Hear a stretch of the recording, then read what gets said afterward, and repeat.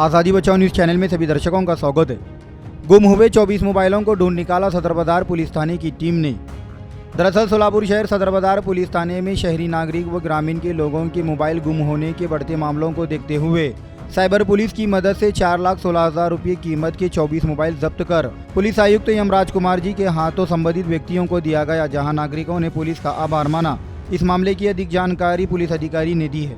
सदर बाजार पोलीस स्टेशनकडील शहरामध्ये अनेक ठिकाणी आपल्या बाजार भरत असतो।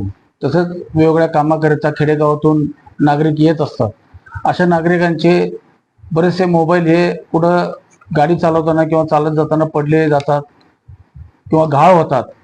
असे मोबाईल माननीय पोलीस आयुक्त राजकुमार सर यांच्या आदेशान्वये जे मिसिंग झालेले मोबाईल आहेत त्यांची आम्ही सायबरच्या कार्यालयाकडून माहिती घेऊन सदरचे मोबाईल आम्ही प्राप्त केलेले आहेत। असे मोबाईल जवळजवळ 4,16,000 चे मोबाईल आम्ही एकूण 24 मोबाईल आज रोजी मिसिंग झालेले आपल्या पोलीस स्टेशनला सर्व नागरिकांना बोलावून घेऊन त्यांना आज रोजी वाटप केलेले आहे।